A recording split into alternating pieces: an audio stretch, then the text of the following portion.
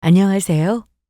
저는 30대 후반의 여성으로 몇 년 전 암이라는 큰 병을 앓았었습니다. 그런데 제가 아팠던 시기, 저는 정말 생각지도 못한 아주 충격적인 일을 경험했어요. 남편과 시어머니가 저를 어떻게 악독하게 대했는지 여러분은 모르실 겁니다. 남편이며 시어머니며 저에게 도저히 인간이라곤 믿기 힘든 엽기적인 행각을 벌였으니까요. 시어머니가 제가 아픈 동안 단 한 번도 저를 찾아오지 않았던 겁니다. 암은 옵는 병이라는 터무니없는 이유를 들어서요.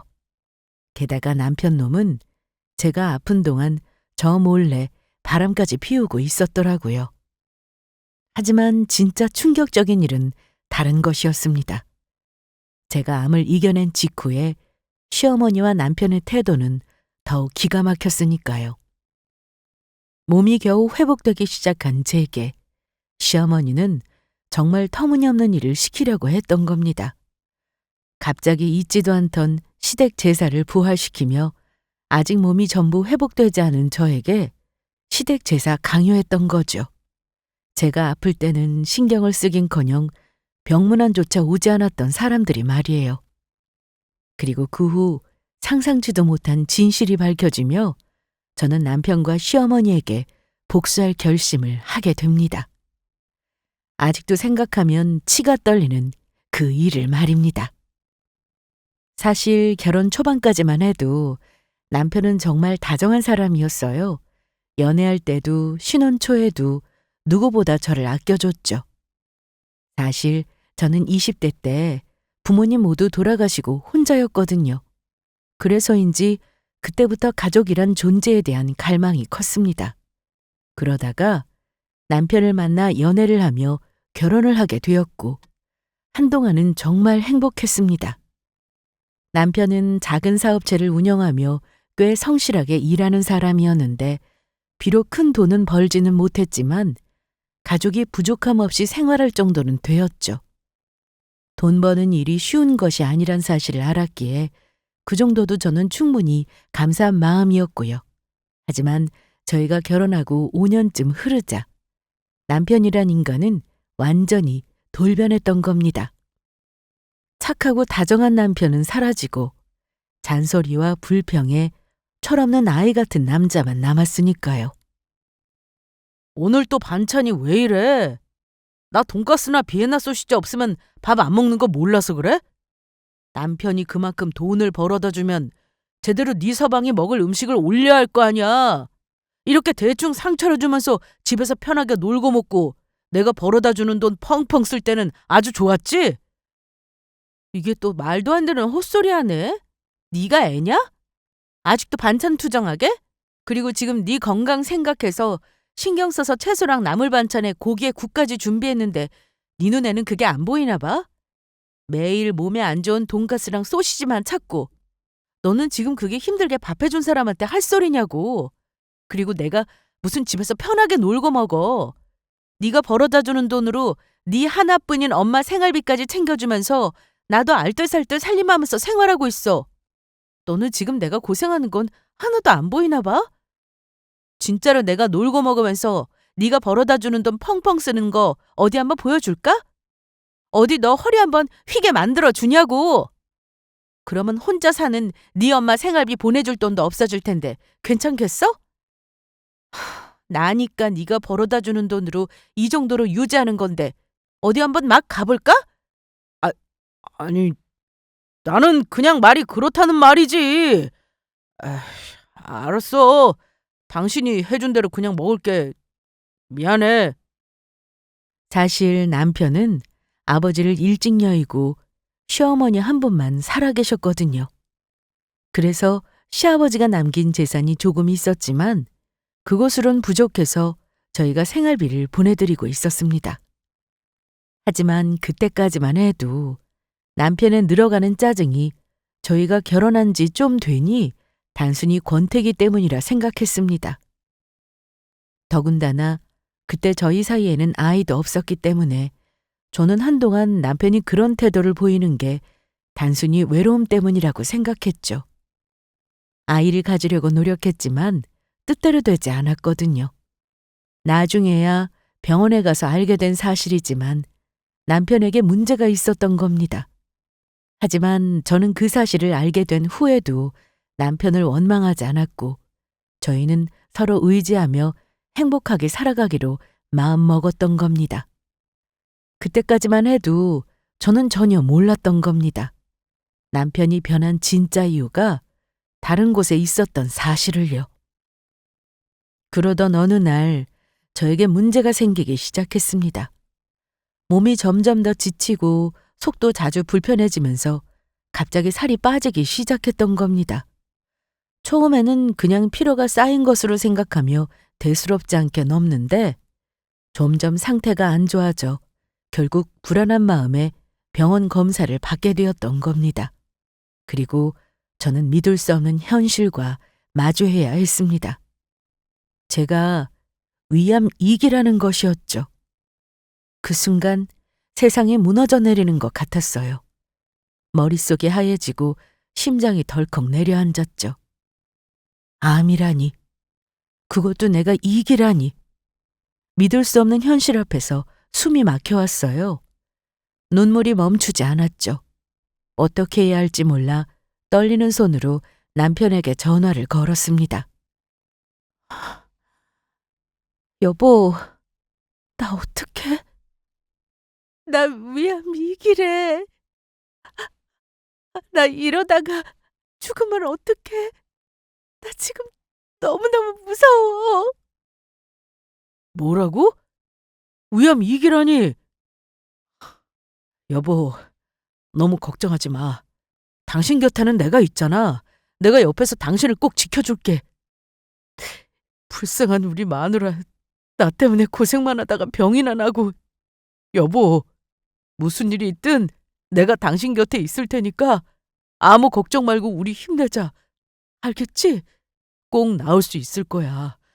그리고 조금만 기다려. 내가 빨리 당신 있는 병원으로 갈 테니까. 응, 알았어. 역시 나한텐 당신밖에 없어.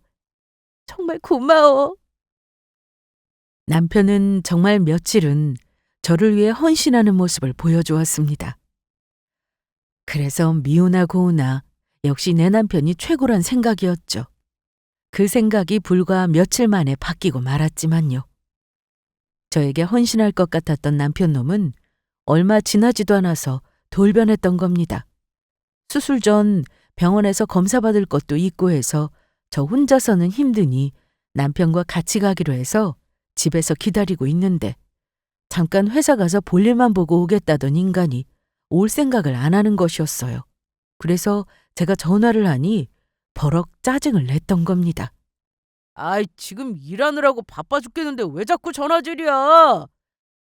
전화질은 오늘 당신 나랑 병원 검사하는데 같이 가기로 하지 않았어? 벌써 잊은 거야? 내가 지금 집에서 노는 당신이랑 똑같은 줄 알아? 사업하느라고 얼마나 바쁜데. 병원 가는 것쯤은 혼자서 할 수 있는 거 아니냐고. 그리고 요즘 위암 2기 정도는 병도 아니라고 하더라. 수술하고 치료받으면 금방 낫는 병이란다. 그러니까 호들갑 좀 그만 떨고 알아서 좀 해. 나 지금 회사에서 진짜 중요한 일 처리 중이거든. 바쁘니까 이만 끊는다.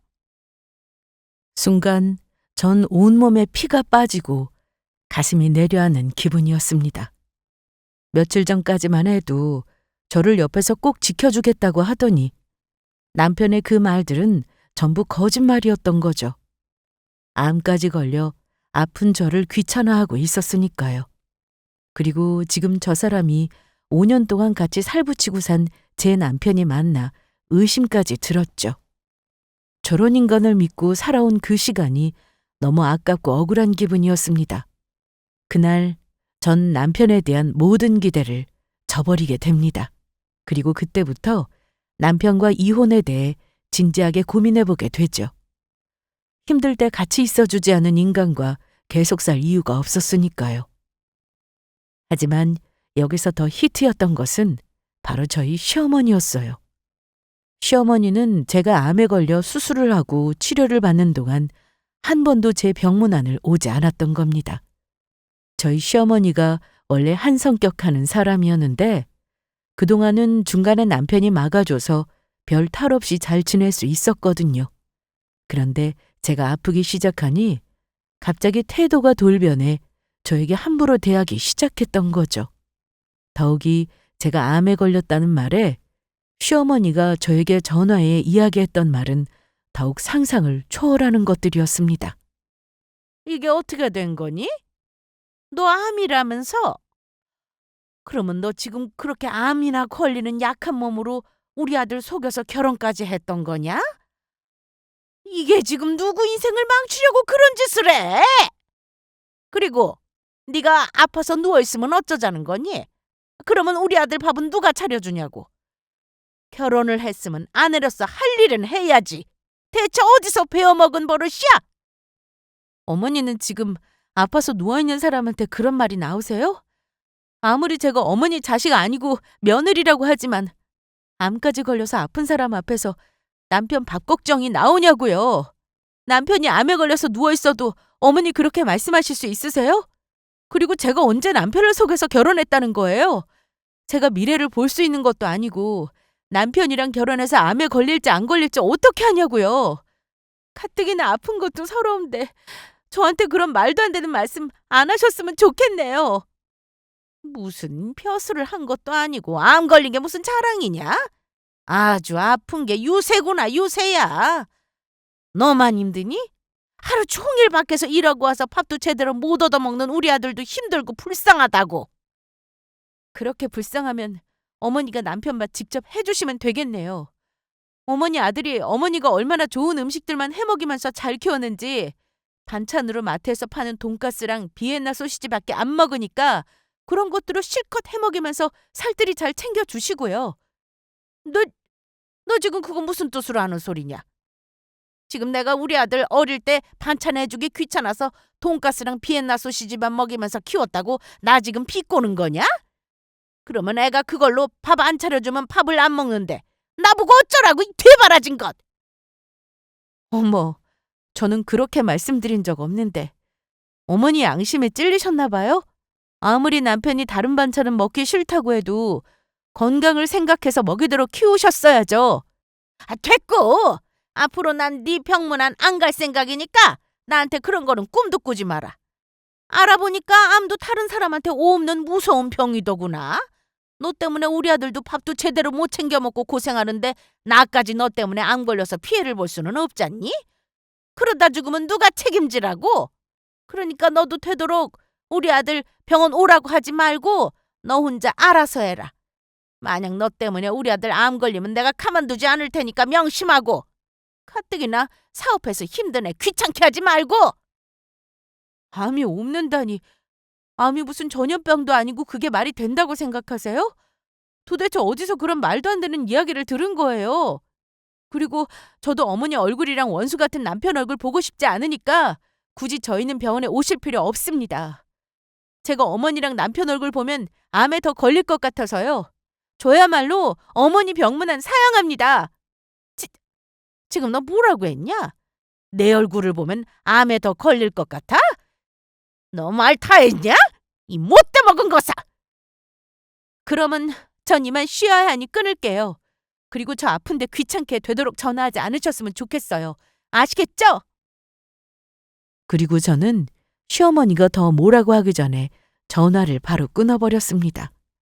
암이 옮는다며 병문안을 못 오겠다니. 터무니없는 소리를 하며 남편 걱정만 하는 시어머니의 말을 더는 듣고 싶지 않았었으니까요. 그리고 그때 드는 생각은 어떻게든 악착같이 치료받아서 꼭 나아야겠다는 생각이었어요.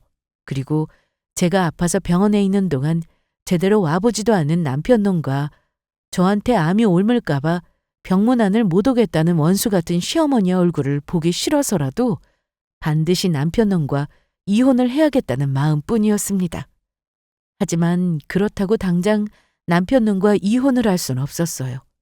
괜히 또 남편과의 이혼을 신경 쓰다가 건강이 악화될 수 있어서 일단 전 제 치료에 전념하기로 했던 겁니다. 그래서 저는 꼭 나아야겠다는 불굴의 의지로 수술을 받으며 치료를 받게 되었고 오랜 치료 끝에 무사히 암을 이겨낼 수 있었습니다. 물론 진짜 완쾌 판정을 받기까지 5년이란 시간이 필요하긴 했지만 마침내 남편놈과 갈라설 수 있게 된 것이죠. 그런데 제가 암에서 완쾌되자 그동안 연락 한 통 없던 시어머니에게서 갑자기 전화가 왔던 겁니다. 중요하게 할 이야기가 있다면서 빨리 와달라며 다급히 저를 시댁으로 부르더라고요. 그리곤 생전 하지 않던 제 안부를 묻는 것이었죠. 그동안 치료받느라 고생 많았지? 많이 힘들었을 텐데 수고 많았다. 그래도 다 나아서 정말 다행이다. 갑작스런 시어머니의 친절한 태도에 저는 순간 당황하고 말았습니다. 저에게 암이 옮을 수 있다면서 병문안도 안 오던 사람이 갑자기 이게 무슨 상황인가 의문이었던 거죠. 하지만 그동안 시어머니가 한 것에 있어서 저는 그런 시어머니 행동을 믿지 않았습니다. 그래서 일부러 의심을 감추고 짧게 대답했습니다. 네, 이제 많이 좋아졌어요. 걱정해 주셔서 감사합니다. 그러자 시어머니는 제가 말이 끝나기가 무섭게 종이 한 장을 내미는 것이었습니다. 그동안 내가 무심했지? 이거 받고 힘내거라. 그리고 저는 시어머니가 저에게 건네준 종이에 적혀 있는 내용을 보고 깜짝 놀랄 수밖에 없었습니다. 그건 다름 아닌 시댁 제사 목록이었던 겁니다. 제사상에 들어갈 음식 목록이 빼곡히 적혀 있었죠. 그래서 제가 시어머니한테 묻게 되었습니다. 어머니, 도대체 이게 뭔가요? 보면 모르겠니?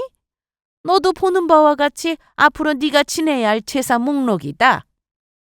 그러니까 이 제사상 목록을 왜 저한테 주시냐고요. 내가 용하다는 무당을 찾아가니 네가 암에 걸린 게 우리가 제사를 그동안 안 지내서 조상신이 노해서 그렇다고 하더라. 그러니까 내가 너를 위해서라도 우리 집안 제사를 다시 지내려고 하니까 네가 잘 협조해 주길 바란다. 조상님 제사를 잘 지내야 탈도 없는 거다. 그러니까 네가 다시 암에 안 걸리려면 정성스레 제사상을 잘 마련해야 한다.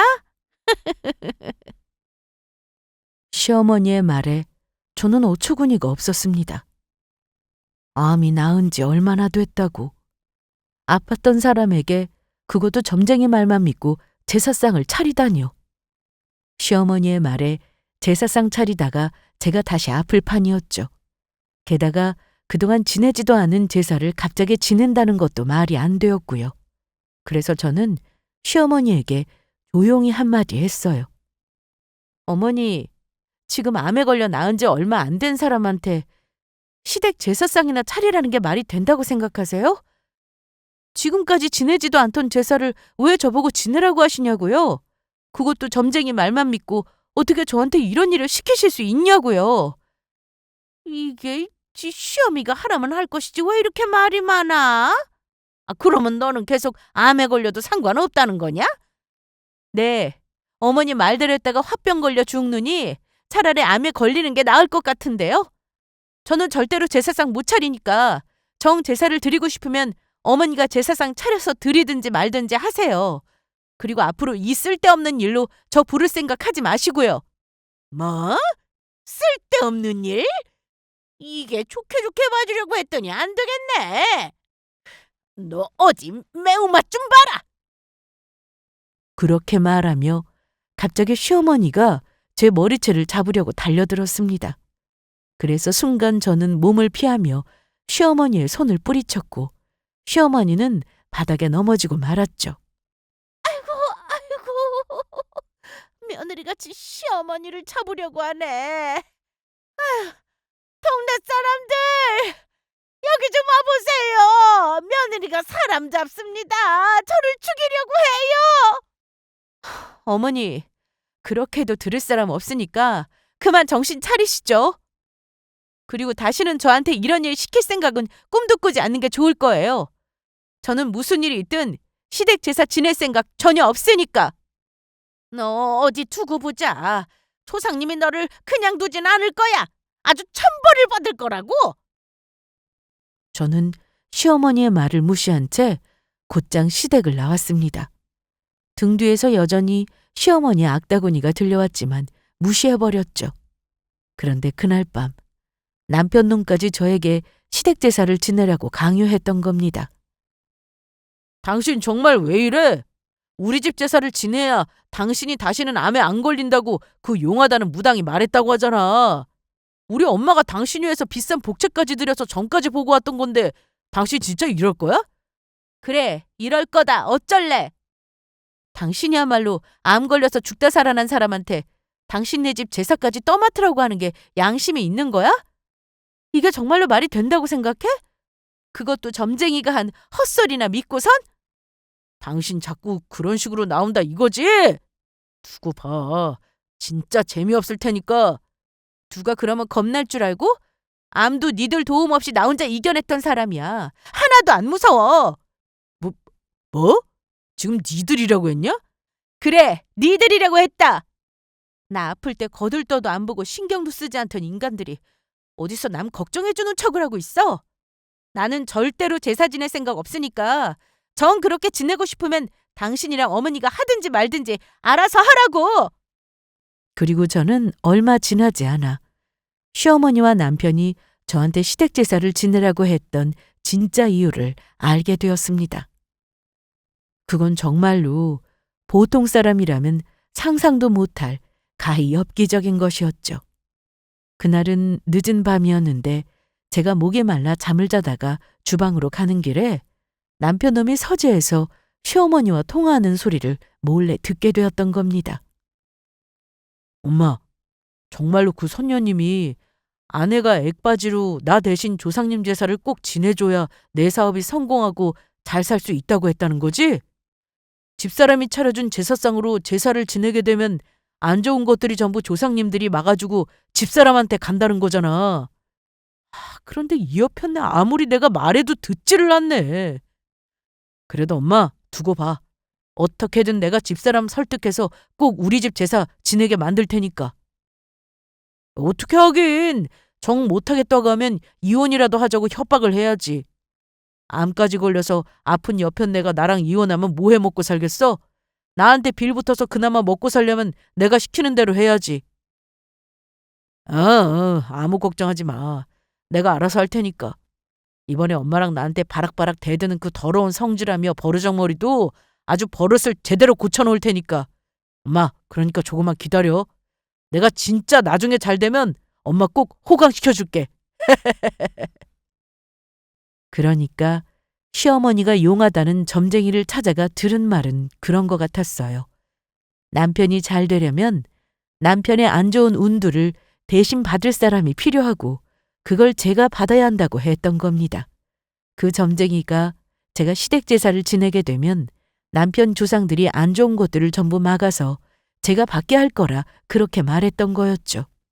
그러기 위해선 액바지인 제가 직접 남편 조상들에게 지낼 제사상을 준비해야 한다고 그런 얼토당토하는 헛소리를 시어머니에게 했던 것 같았죠. 저는 정 같은 건 믿지도 않지만 지금 세상에 어떤 세상인데 점쟁이의 말도 안 되는 소리를 믿고서 그런 행동을 할 수 있는 것인지 어처구니가 없었습니다. 더군다나 암에 걸려서 아팠던 저에게 무리해서 제사상을 차리라고 강요하며 아무리 허황된 이야기라고 해도 본인들을 위해 희생시킬 생각을 할 수 있는지 정신 상태가 의심스러웠습니다. 이 사람들이 제정신이 맞나 싶었던 거죠. 진짜 인간 같지도 않은 것들이었습니다. 그래서 준비가 되는 대로 되도록 남편놈과 빨리 이혼을 해야겠다는 생각이었습니다. 게다가 더욱 어이없던 일은 남편놈이 저 몰래 바람까지 피우고 있었던 겁니다. 제가 어떻게 알게 됐냐고요? 그건 아주 우연한 계기였습니다. 그날은 제가 저희 동네 근처 카페에서 친구를 만나기로 했었거든요. 그런데 가게에 들어서자마자 아주 익숙한 목소리가 들려왔던 겁니다. 그래서 저도 몰래 소리가 나는 방향으로 고개를 돌리게 되었고 그곳에서 남편놈이 어떤 젊은 여자랑 팔짱을 끼고 앉아있던 겁니다. 그것도 시킨 케이크를 서로 떠먹여주며 좋아 죽으려고 하는 모습이었죠. 그때 상간녀가 남편의 손을 꼭 잡으며 가증스런 목소리로 남편에게 묻더라고요. 오빠, 우리 이렇게 다니다가 혹시 오빠 부인한테 들키면 어떻게 하지? 뭐? 우리 집사람한테 들켜? 그건 전혀 걱정하지 마. 우리 마누라 완전 멍청해서 절대 모를걸? 그래도 혹시 모르잖아. 진짜 들키면 나 오빠 마누라한테 잡혀 죽는다. 오빠 마누라 엄청 무섭다면서. 에이, 걱정하지 마. 집사람 위암 걸리기 전부터도 만났는데도 아직까지도 우리 만나는 거 눈치채지 못하고 있잖아. 우리 집사람 그냥 바보라니까. 그리고 설령 내가 바람 피운 걸 들킨다고 해도 지가 어쩔 거야. 가진 것도 없는 데다 암까지 걸렸었어. 폐품이나 다름없어진 여자가 나랑 이혼하면 지가 갈 데가 어디 있다고. 아마 자기 버리지 말아달라고 빌지 않으면 다행일 거다. 하긴 우리가 만난 지가 언제인데. 오빠 마누라 아직 모르는 거 보면 진짜 멍청하고 바보이긴 하다. 오빠 말대로 오갈 데 없는 여자면 우리 정말 들켜도 상관없겠네. 두 사람의 말에 저의 손끝이 떨려왔습니다. 멍청해서 몰랐다니. 암과 싸우느라 고통 속에서 하루하루를 버티느라 치료받느라 남편이 바람 피운다는 사실을 눈치채지 못했을 뿐이었는데 두 사람에겐 제 고통마저 웃음거리가 된 것 같아서 도저히 용서할 수가 없었어요. 제가 병상에서 고통스럽게 싸우던 그 시간 남편 놈은 저 몰래 상간녀랑 바람을 피우며 보내고 있었던 겁니다.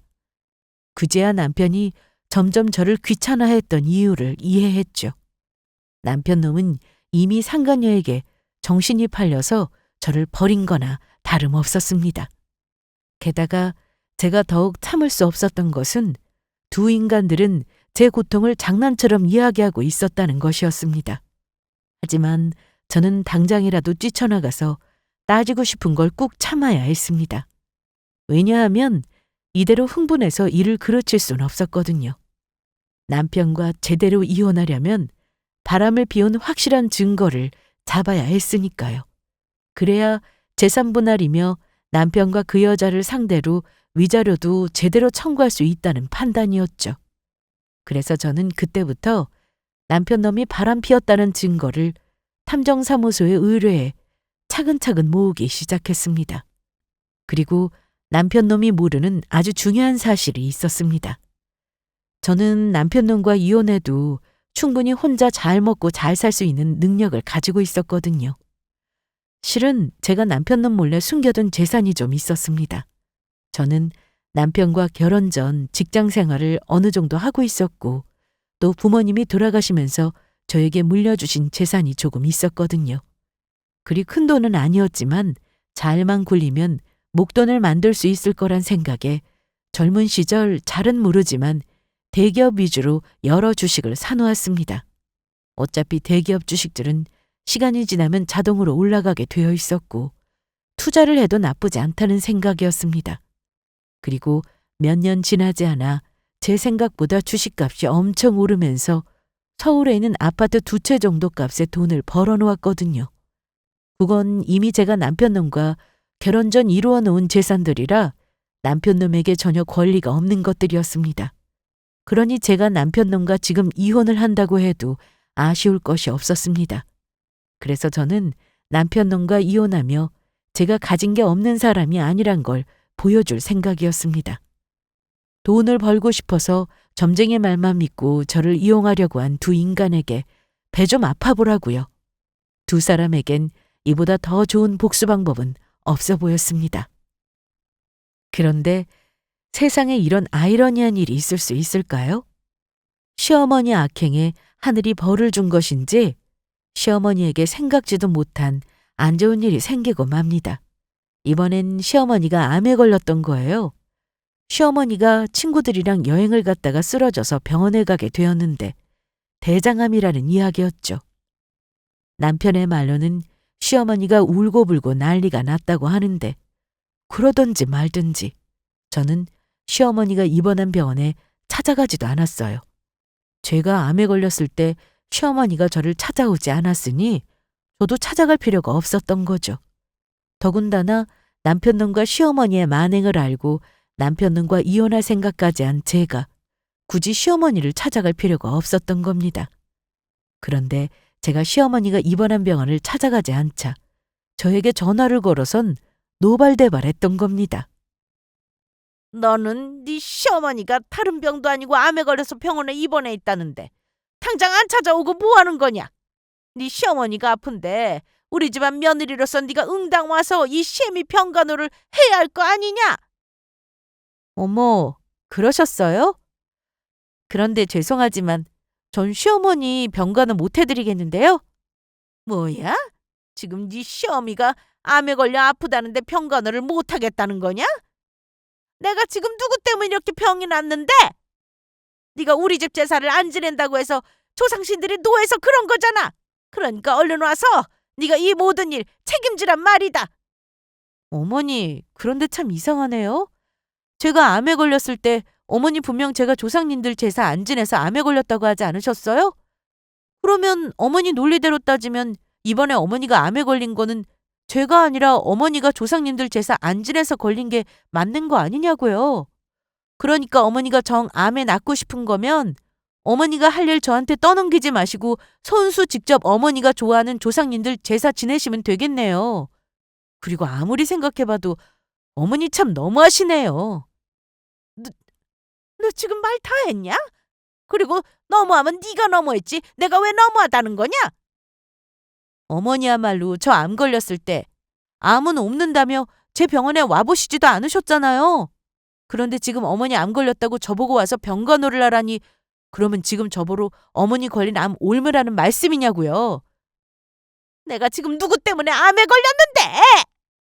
내가 조금 전에도 누누이 말했지만 이게 다 네가 우리 집 제사를 안 지내서 벌어진 일이라니까? 내가 이런 말까지 굳이 안 하려고 했는데 우리 선녀님이 그러더라. 너 때문에 내가 이렇게 암까지 걸려서 아픈 거라고. 그러니 네가 이 모든 일에 책임을 졌으면 한다. 우리 선녀님 말씀이 네가 우리 집 제사만 지내주면 내 암도 말끔히 낫고 우리 아들 사업도 번창하고 잘 될 거라 하더라. 그러니까 네가 우리 집안을 위해 희생 좀 해줘야겠다. 어머니, 그건 또 무슨 말씀이세요? 언제는 제가 집안 제사를 지내야 다시는 암에 안 걸리니까 저를 위해서 제사 지내라고 하지 않으셨어요?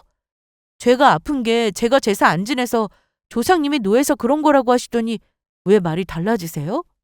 혹시 어머니랑 남편을 위해서 암까지 걸려서 아팠던 저한테 지금 제사를 지내라고 했던 거예요? 얘는 무슨 그런 말도 안 되는 소리를 나랑 우리 아들을 위해서라니. 그리고 그래 그게 뭐다냐. 맞다. 그때 내가 깜빡하고 말을 못했는데 선녀님이 네가 제사 지내야 너도 안 아프고 나랑 우리 아들도 건강하게 무병장수할 거라 했다. 가만히 내가 생각해보니 그 말을 깜빡했구나. 그리고 어쨌거나 내가 안 아파야 너도 걱정을 덜 할 거 아니니? 지금 내가 하는 말도 다 널 위해서다. 그러니까 어서 제사 지낼 준비하고 제사 끝내면 바로 나한테 와서 간병할 생각이나 해라. 내 말 무슨 뜻인지 알겠지? 아니요? 전혀 모르겠는데요? 저도 어머니한테 암 옮을까봐 무서워서 못 가니까 남편에게 와서 병간호 해달라고 하든 아니면 간병인을 쓰든 마음대로 하세요. 조상님 제사든 어머님 병간호든 원하시는 거면 저 말고 다른 어머니 자식인 남편한테 시키시라고요. 저는 절대로 어머니 병간호 해드릴 생각 없으니까. 저도 어머니한테 암 옮아서 아프기 싫어요. 아시겠어요? 저는 그렇게 말하며 시어머니의 전화를 끊어버렸습니다. 제가 암에 걸려 아플 때는 옮는다고 와보지도 않던 사람이 정작 본인이 암에 걸리니 제가 찾아오지 않는다고 노발대발하며 아직도 점쟁이 말만 믿고 제사까지 강요하는 걸 보며 어이가 없었으니까요. 그러나 제가 제사도 지내지 않고 시어머니도 찾아가지 않자 이번에는 남편이 저에게 문자로 협박을 하기 시작했습니다. 물론 그 협박이 이젠 저에게 전혀 먹히지 않게 된 상태지만요. 당신 이게 어떻게 된 거야? 어떻게 우리 엄마한테 이럴 수가 있냐고? 지금 정말로 시어머니가 아프다는데 와서 간병을 안 하겠다는 소리야? 이제 보니 당신 정말 매정한 사람이었구나. 그리고 당신 우리 엄마가 한 말 전부 기억하고 있지? 우리 집 제사 지내라고 했던 말, 그 말 잘 새겨듣는 게 좋을 거야. 그렇지 않았다가는 나 당신이랑 이혼할 수밖에 없어. 설마 나한테 이혼당하고 그 망가진 몸으로 집도 절도 없이 쫓겨나서 거지처럼 살고 싶은 거 아니겠지? 당신 나랑 이혼하고 나면 한 달도 안 돼서 길거리에서 구걸하는 신세밖에 더 되겠어? 그러니까 우리 엄마 말대로 제사 빨리 준비해서 지내고 당장 병원을 튀어와서 우리 엄마 병간호 하도록 해. 만약 내 말 듣지 않으면 그때는 정말로 우리 이혼이니까 알아서 하고. 당신이 내 말 듣기 전까지 나 집에 안 들어갈 테니까 어디 마음대로 해봐. 이게 내 최후 통첩이니까 알아둬! 저는 남편 놈의 문자를 읽으며 코웃음을 쳤습니다. 이혼이야말로 제가 진짜 바라던 것이었으니까요. 하지만 그것도 모르고 남편 놈은 저에게 이혼을 들먹이며 점쟁이 말만 믿고 제사를 지내라고 마지막까지 강요를 한 것이죠. 저 몰래 바람까지 피운 주제에 제가 암에 걸렸을 때 옵는다고 찾아오지도 않은 시어머니를 간병하라면서요. 그래서 저는 얼마 지나지 않아 남편에게 할 이야기가 있다고 집에 와달라고 했어요. 그러니까 남편은 제가 백기라도 들고 남편 말대로 집안 제사를 지내며 시어머니 간병도 하겠다는 줄 알고 아주 거만한 모습으로 들어오더라고요. 그리고 아주 의기양양한 태도로 저에게 말했습니다. 당신, 그래서 나 왜 부른 거야? 이제야 정신 차리고 내 말을 들을 생각이 든 건가? 지금 내 말대로 하지 않으면 나랑 이혼당하고 쫓겨날 생각에 똥줄이 탔던 건가? 그러게, 진작 좋게 좋게 말할 때 잘 듣지 그랬어. 똥줄이야 네 놈이 탔겠지. 내가 지금 미쳤다고 네 말대로 제사 지내고 어머니 간병하겠다고 너 부른 줄 알아? 아주 착각도 저세상급으로 하고 있네. 지금 그게 무슨 소리야? 그러면 도대체 지금 왜 날 부른 건데? 당신 정말로 나한테 이혼당하고 싶어서 그러는 거야? 당신이 정 그렇게 나오겠다면 어쩔 수 없지. 우리 이혼하자. 그래 좋아. 하자 그 이혼. 뭐라고? 당신 정말로 내가 말한 대로 이혼을 하겠다고? 당신 지금 나한테 농담하는 거지? 당신 주제에 나랑 이혼하면 갈 데가 어디 있다고 이혼을 하겠다는 거야? 내가 갈 데가 없기는 왜 없어? 그리고 오늘 당신 만나자고 했던 것도 이혼하자고 부른 거였어. 처음엔 제 말이 농담인 줄 알더니 진짜로 이혼하자는 제 말에 남편 놈은 몹시 당황한 듯 보였습니다. 그리고 남편 놈은 제 눈치를 보며 안절부절 못하더니 갑자기 저를 붙잡고 매달리기 시작했죠. 여보, 갑자기 이혼이라니. 절대 안 돼. 절대로 나는 당신이랑 이혼 못한다고. 나 당신 없이 못 산단 말이야. 엄마 간병도 안 해도 되고 우리 집 제사도 안 지내도 되니까 제발 이혼한다는 말만 하지 마. 아니? 나는 해야겠는데? 내가 그때 네 놈이 네 엄마랑 나 몰래 전화통화하는 소리 다 들었거든? 너 네 사업 잘 되게 하려고 니들 안 좋은 운들 막는다며 그 점쟁이 말만 믿고 시댁 제사 지내게 해서 나 액바지로 쓰려고 했던 거 내가 모를 줄 알아? 어느 정신 나간 인간이 그런 헛소리를 믿고 암 걸려서 나은 지 얼마 안 된 사람한테 그런 거 시켜? 게다가 아직 무리하면 안 되는 나한테 네 엄마 암에 걸렸으니 간병을 하라고? 나 암에 걸렸을 때 내 암 옮는다고 내 얼굴 안 봤던 사람이 누군데? 네 엄마가 내 암 옮는다고 병원에 있을 때 단 한 번도 찾아와 보지도 않은 사람이야. 그리고 너는 어떻게 했니? 나 암 걸렸을 때 너만 믿으라더니 수술 날짜 잡으려고 검사 받으러 병원 간 날 오지도 않고 치료받는 내내 무심했던 인간이 바로 너라고. 너 내가 모를 줄 알았지? 나 몰래 딴 년 만나면서 바람 피우고 있던 거? 당신이 그걸 어떻게... 내가 그래서 니놈이랑 이혼하면서 재산분할도 제대로 받을 거고 니놈이랑 네 엄마랑 상간녀한테까지 전부 위자료 받아낼 테니까 각오하는 게 좋을 거야. 그러니까 네 엄마 간병도 너희 액바지인지 뭔지도 전부 네 상간녀한테 해달라고 해. 나는 이제 너랑 이혼하고 내 멋대로 내가 하고 싶은 대로 하면서 살 테니까. 아니야, 안 돼. 절대 그럴 순 없어, 여보. 그 애는 그냥 심심풀이로 만났던 거라고. 내가 진짜 사랑하는 사람은 당신이란 말이야. 당신이 원하면 그 애도 빨리 정리할게. 그리고 그 애 더하기 뺄셈도 제대로 못하고 한글도 제대로 모르는 애인데 그런 멍청한 애랑 내가 어떻게 평생 한 이불을 덮고 살아. 그러니까 여보, 내가 전부 잘못했으니까 제발 이혼한다는 소리는 하지 말아주라. 솔직히 나 불임에다가 엄마는 암까지 걸렸는데 이런 나한테 누가 다시 시집을 오려고 하겠냐고. 그거야 네 사정이지. 왜? 네 선녀님이 네가 이 난리 치면 나한테 이혼당할 수도 있다는 건 말 안 해줬었나 봐? 그 선녀라는 인간 정말 용한 거 맞기나 하니? 그러게 진작 정신 차리고 잘하지 그랬어. 그 점쟁이 말만 믿고 제사 강요하고 네 엄마 간병하라면서 바람 피울 때는 나한테 이혼당할 수도 있을 거란 거 정도는 생각했었어야지. 어디 네 그 용한 선녀님 모시면서 네 암 갈린 엄마랑 행복하게 잘 살아봐라 이 자식아. 아이, 아이, 나 망했네. 괜히 바람나서 아픈 마누라 나 몰라라고 점쟁이 말만 믿고 집사람 이용해 먹으려다가 내 인생 절단나게 생겼어. 마누라가 조상님 제사 지내면 내 사업도 잘 되고 잘 살 거라고 하더니 이게 뭐냐고. 그 전에 내 인생이 아작나게 생겼다고. 에이. 저는 우는 남편 놈을 잠시 바라보다가 준비했던 이혼 서류를 남편에게 건네주고 미리 싸놓았던 짐가방을 들고 나오려고 했어요. 그러다가 남편이 알게 되면 깜짝 놀라게 만들 가장 중요한 소식을 마지막으로 말해주게 되었죠. 아, 그리고 네가 나에 대해 모르는 중요한 한 가지 사실이 있는데. 사실 나 돈 많아.